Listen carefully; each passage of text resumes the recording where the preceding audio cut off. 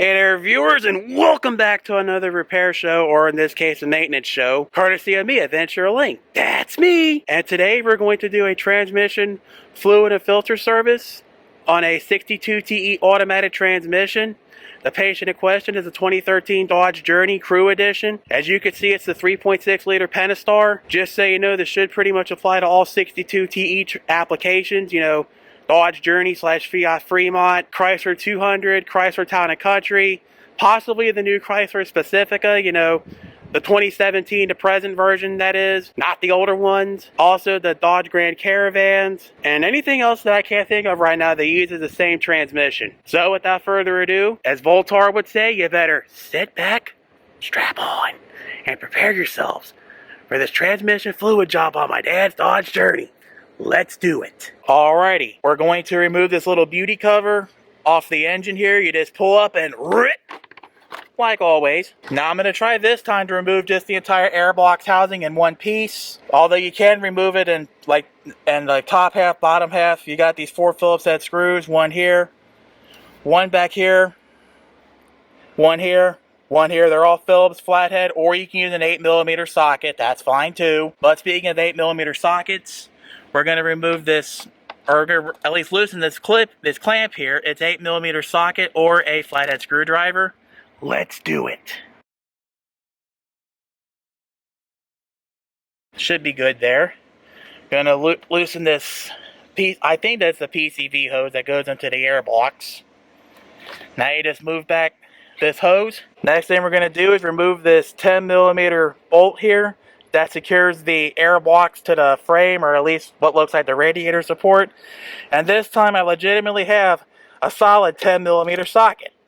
Let's do it.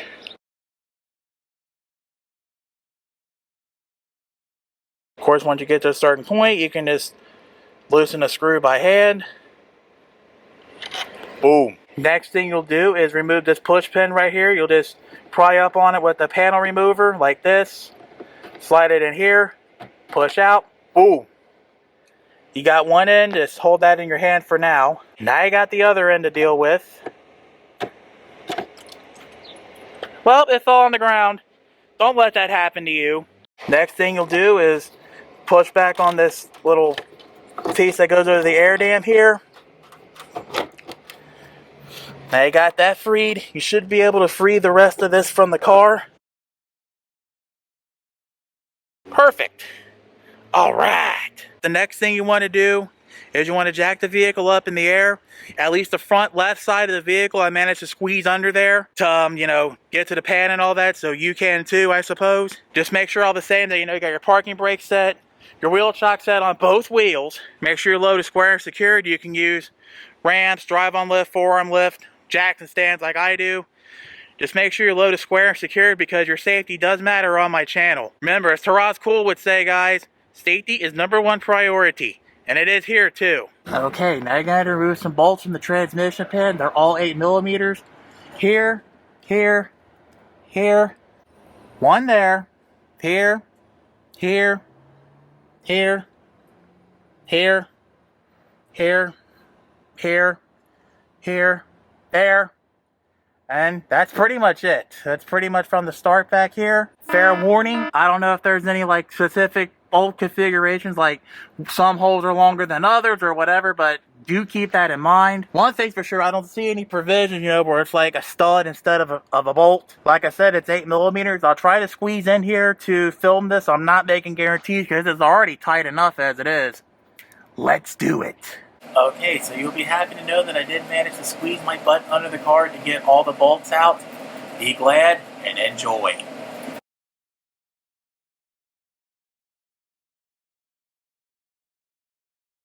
Heads up, as a quick tip, you can always put all the bolts on the side of the vehicle. That way you know what bolt goes where. Additionally, I forgot to mention before, that's these 4 in the back. I would recommend you save these for last, because the idea is to remove here, here, and over there, all the bolts over there, here, and here. And then you'll loosen these 4 back up, loosen these 4 back here, and then pry this oil pan off, and then it'll all drain into this pan. Then once it's all drained out, then you can remove the 4 in the back. Alrighty, I forgot to mention too that you will need a 3/8 inch drive ratchet to loosen up all those bolts. It's still 8mm all the same. As you can see, I put the bolt there and I pretty much just, went on with this. I forgot to film every part where, I put the bolt in the proper order and I took it off the pan. But as you'll see later on, all the same, I believe all the bolts are pretty much the same size, so, whatever.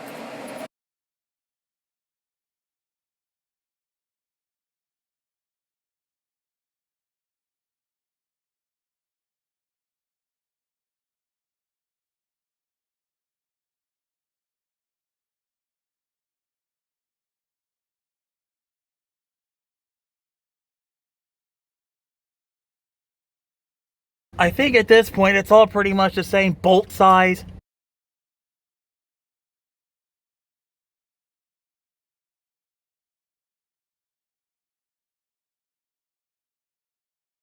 Okay, now we're at the front of the pan here. The place of the bumper and all that. Like I said, these four, just loosen them, tighten them back up one at a time, and then loosen them all up, a couple turns, and then have your drain pan all lined up, ready to go. Underneath the pan here. Let's do it.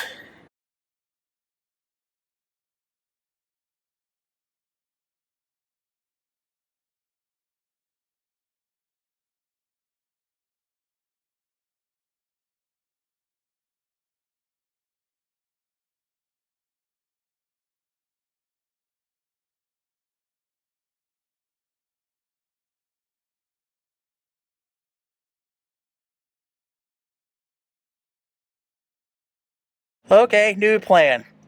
Apparently this back bowl here can allow me to drain all this fluid out, so I'm just going to sit here and let this thing do its thing, I suppose. A lot more neater than having to mess with the pan coming all the way down and such. Alrighty, so I finally got that pan freed.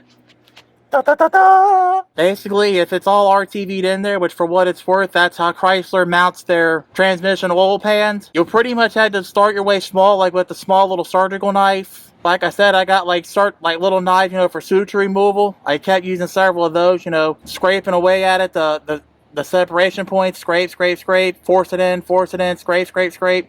Then eventually started hammering in and out several times. And then what ultimately saved me, was a mere kitchen knife. Kitchen knife saves the day again. So with that being said, some things I learned is that 1, don't use RTV.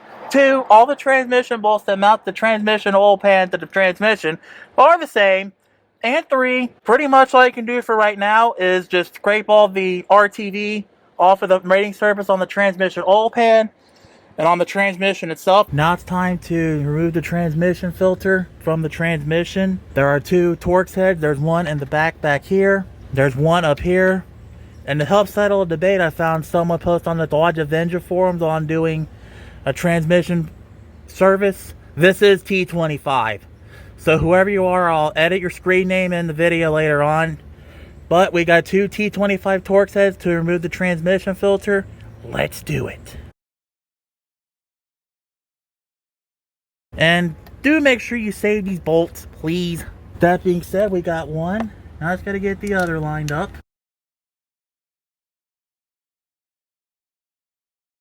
Now you just drop it down. Should be able to drop it down from up here.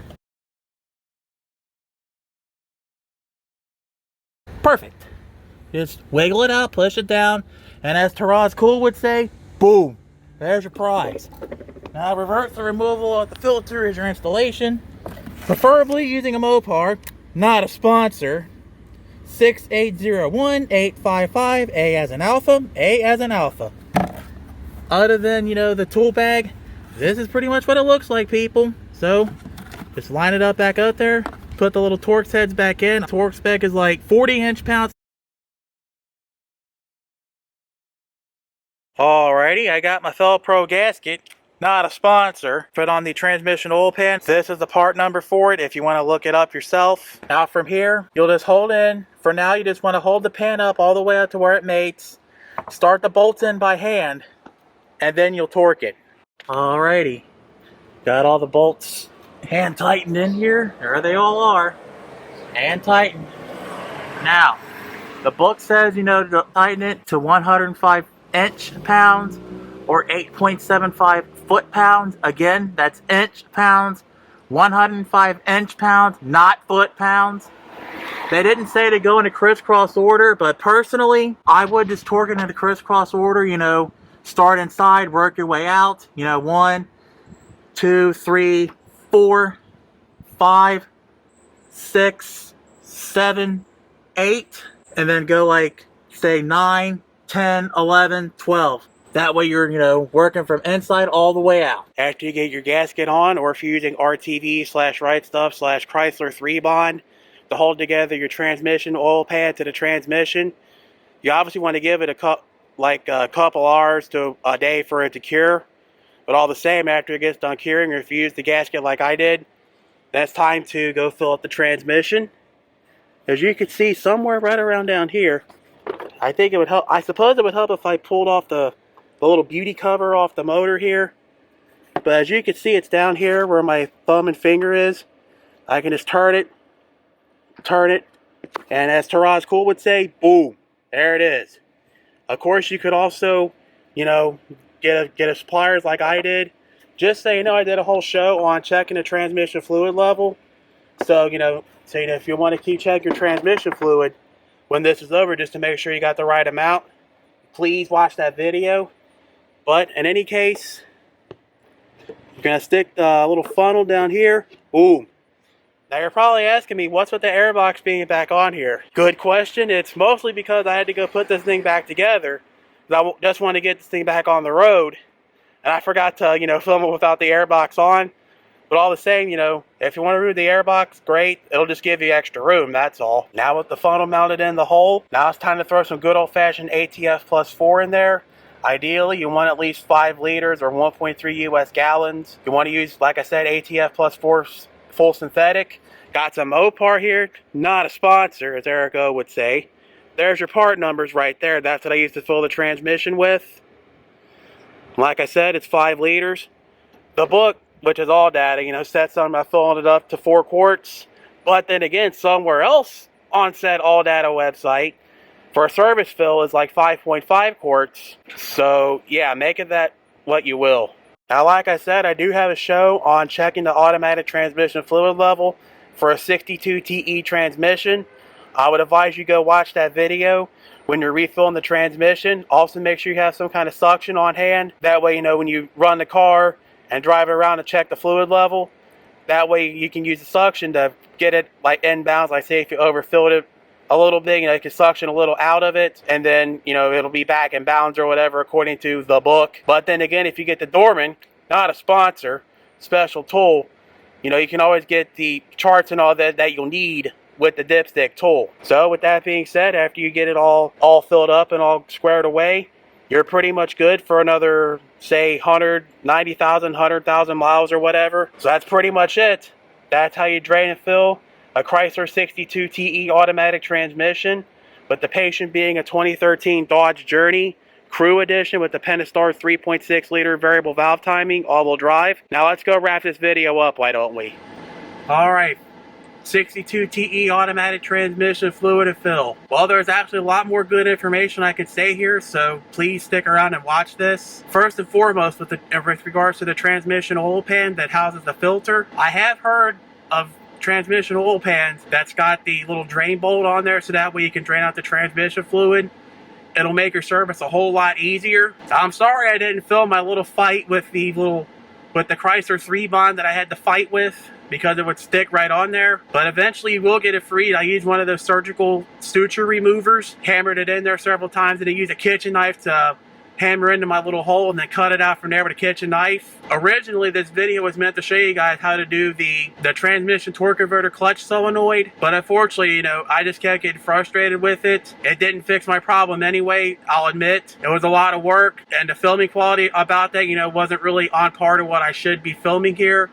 But at least the part for the transmission oil change and the filter change, you know, was on par with how I make videos here on YouTube. So at least you got this to watch, and you got some content out of that anyway, up to my quality and standards. So, win for you, win for me, I suppose. As for when to change the automatic transmission fluid, I would personally let it change like 90,000 to 100,000 miles. Because for what it's worth, you would see in my transmission fluid check show that I did, if you saw my odometer then, it was like 93,000 miles. And the fluid was like half and half, half black, half paint. Honestly, it should have been changed then, but I was trying to go to 120,000. But unfortunately, it got all dirty the first time, so yeah. Don't do what I did and go to 120. Like I said, change it like 90,000 to 100,000 miles in. For what it's worth, that's the severe service recommendation for this vehicle. Normal service is 120,000. And if you want to be a little bit more meticulous, paranoid, whatever you want to call it, like Scotty Kilmer would say or do, then change it around 60,000 miles. Also keep in mind that with the drain and fill, you will have to, open this back up a couple more times to get all the fluid out of the torque converter. So do be prepared to have to, have more gaskets on hand, more RTV, more filters, what have you, because like I said, after one drain and fill, you're still got like, say, 3-4 quarts still trapped in the torque converter. So you're gonna have to drain this out, 2 or 3 more times. So do keep that in mind as you go along and shop for your parts. I guess this is pretty much all I gotta say about this job. So I'll adventure a link. Thank you for watching. Hopefully you enjoyed the content in full 4K 60 FPS on my Samsung S10. Please let me know down in the YouTube comments below how you thought of the video in terms of the 4K 60 FPS and all that. Other than that, you know what to do. Rate, comment, subscribe, share it with your friends, family, and other Chrysler 62 TE transmission owners. Please do, because it helps YouTube, myself, tell me if I'm doing a good job or not. I'm not making crappy videos, and obviously not including the whole process to do the torque converter clutch solenoid. Because I'll be honest, that was crappily filmed. That part was anyway. More importantly, it helps to get my word out. It also helps you start making a living here on YouTube, or at least keep it going anyway. It also helps other people out too. That's what I like to do here on YouTube, is help others out. Yeah. And if you never want to miss another video from me again, y'all know what to do. You gotta ring that bell. Do so because you can see all the new videos that I put up on YouTube. At least I hope so anyway. But with that being said, y'all know the drill about the video description from here, medical bills and social media. Please check it out. Consider donating, consider following. Any amount helps out. And as Games for the Gray would say, let's keep this channel and myself alive and undead. And we're going to sign off with the wise words of wisdom from America Car Guy, reminding you guys to be safe, have fun, and of course, stay dirty. And as Eric O would say, viewers, if I can do it, you can do it. Take care. See you all for the next video. Have a good rest of your day, evening, or whatever the time of day this is for you. And I'll see you for the next video. Take care.